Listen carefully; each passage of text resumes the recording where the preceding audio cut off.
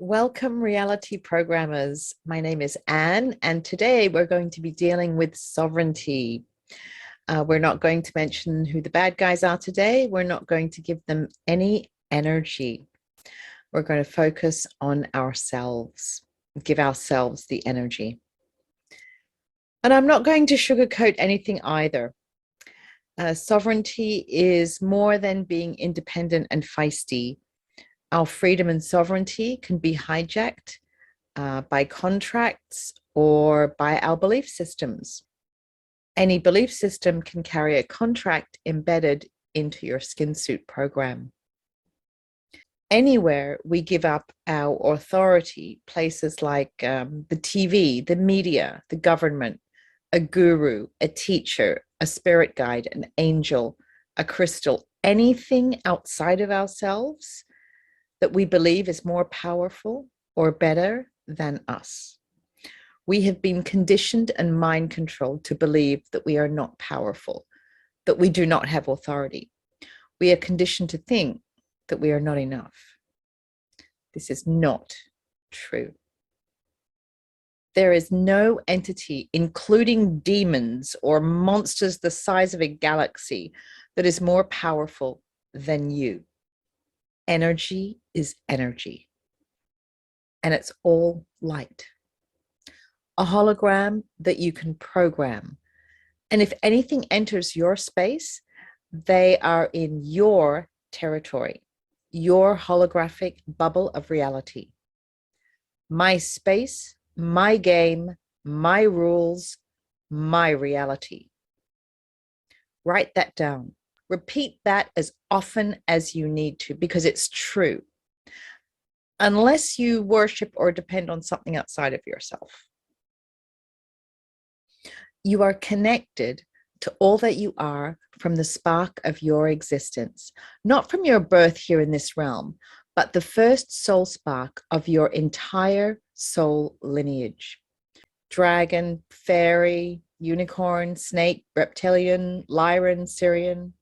Your SKINSUIT contains DNA from so many species, DNA that comes with the standard human SKINSUIT. And then there's DNA that comes with your soul lineage. That's the extra stuff. Unique to you. SKINSUIT technology is like abilities that you have traded or earned, or are embedded in your DNA. We're all packing so much magic and authority. And look at us, bowing down to royalty, getting on our knees and worshiping entities that we can't even see, idolizing celebrity and gurus. We've been hoodwinked. Some people just embody sovereignty and are in joy and are doing what they love. They might have already programmed their SKINSUIT for sovereignty just by their thoughts and words, and they're good to go. So don't force this upon others. Let others follow their own journey, and don't judge yourself. I had to learn about sovereignty the hard way, because along the way, I learned many more really interesting things, and I earned certain abilities and authorities that I needed to do what I came here to do. So everybody's journey is different. Remember that the nature of reality is holographic. Our SKINSUITs are holographic, hard light technology. A hologram is light. What if our universe is holographic, created by the human mind? We are, at our very essence, beings of light programmed by our consciousness. So our thoughts and words and intent pack a lot of manifesting power. Each part of the hologram contains the whole. So we are connected to our greater I am, our soul lineage.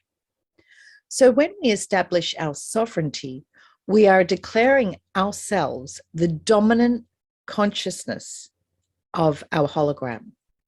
And from this place of power, We can affect other parts of our skin suit hologram, other versions of ourselves. We also protect ourselves, including from darker versions of ourselves and anything carrying our DNA that may have infiltrated our shields. A part of declaring our sovereignty is defining who we refer to when we refer to ourselves using the word I or me or myself. Many entities can claim to be you. So it's important to establish our I am authority. We're going to establish our sovereignty by programming it into our skin suit, into our being. You can say this out loud with me, or just listen and agree in your heart space, or even better, write it down. But words spoken and written pack the most energy because they cannot be interfered with. It's best if you insert your full name because the name on your birth certificate is linked to contracts.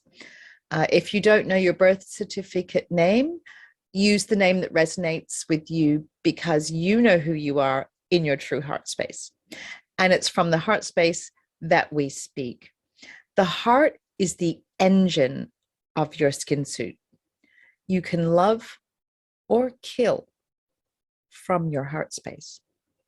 My understanding of telepathy, from my experience, is that it is through the heart space, not through the head or through your ears.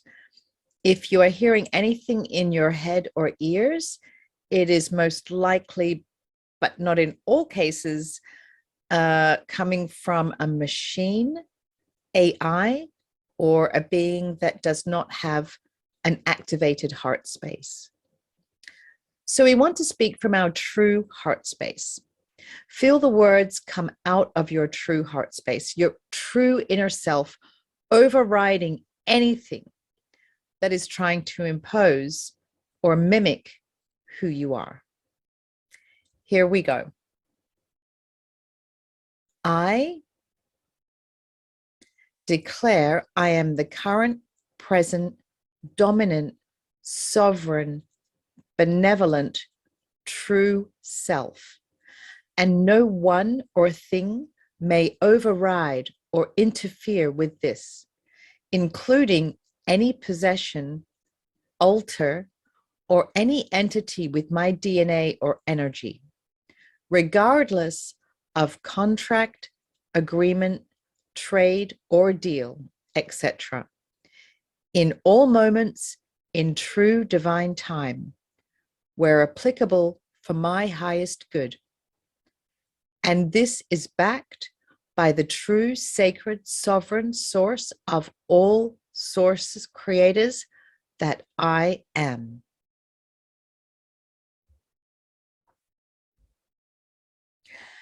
Now that you're the boss, you better make sure your bubble of reality is a high vibe, happy one. Don't worry if you spiral into a negative mess, just don't stay there too long. My mantra on bad days is kind of cheesy, but happy hologram, happy hologram, happy hologram. Now, for some people, saying this once is enough. They're good to go.